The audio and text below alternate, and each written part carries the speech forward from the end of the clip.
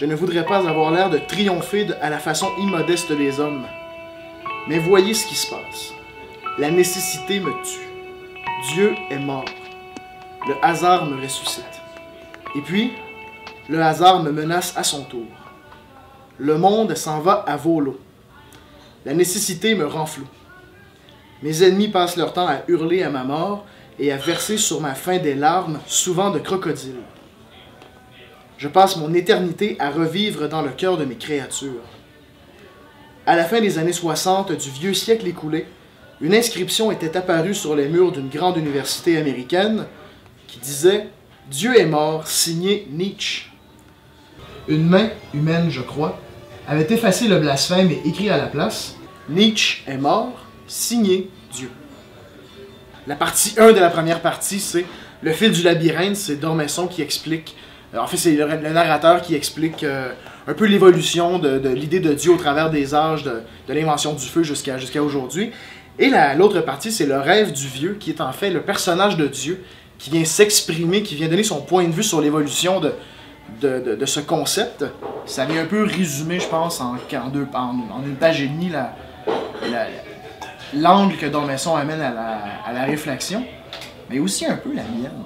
Parce que, surtout la fin, surtout l'anecdote de l'inscription sur le mur de l'université, je trouve que c'est un peu symbolique de l'éternité du débat sur l'existence de Dieu.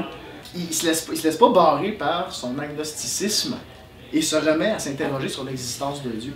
Alors je trouve que c'est une pensée qui est un peu à contre-courant dans ce contexte-là, et je voulais l'explorer. Et là, tu parles du mur de Planck, parce que oui, D'Ormesson se sert de la notion du mur de Planck pour pousser sa réflexion. Le mur de Planck, bon, tu le sais, pour peut-être les gens qui regarderont la capsule, c'est un concept qui est astrophysique et qui parle de ce qui est derrière le Big Bang.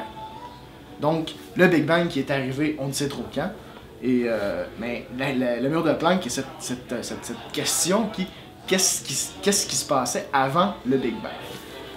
Et là, D'Ormesson amène cet élément-là en se disant, ou en posant peut-être un peu la question, mais peut-être en abordant la question justement de qu'est-ce qui a causé le Big Bang.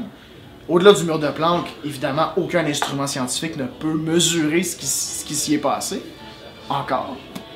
Et là, il y a peut-être introduit la question, est-ce qu'il y a une entité au-delà du mur de Planck? Est-ce qu'il y a une autre réalité au-delà du mur de Planck? Je m'étais promis de le lire, et là, bon, j'ai mis la main dessus. En fait, c'est ma copine qui me l'a acheté. Parce qu'on en avait parlé. Et puis, alors voilà, je l'ai lu, et puis je dois avouer que je l'ai vraiment bouffé, le livre. Dire qu'un livre a changé ta vie, c'est un peu fort. Mais qu'un livre t'ait marqué, ça arrive relativement souvent, et ça, je mettrais ça dans la liste de ces livres-là.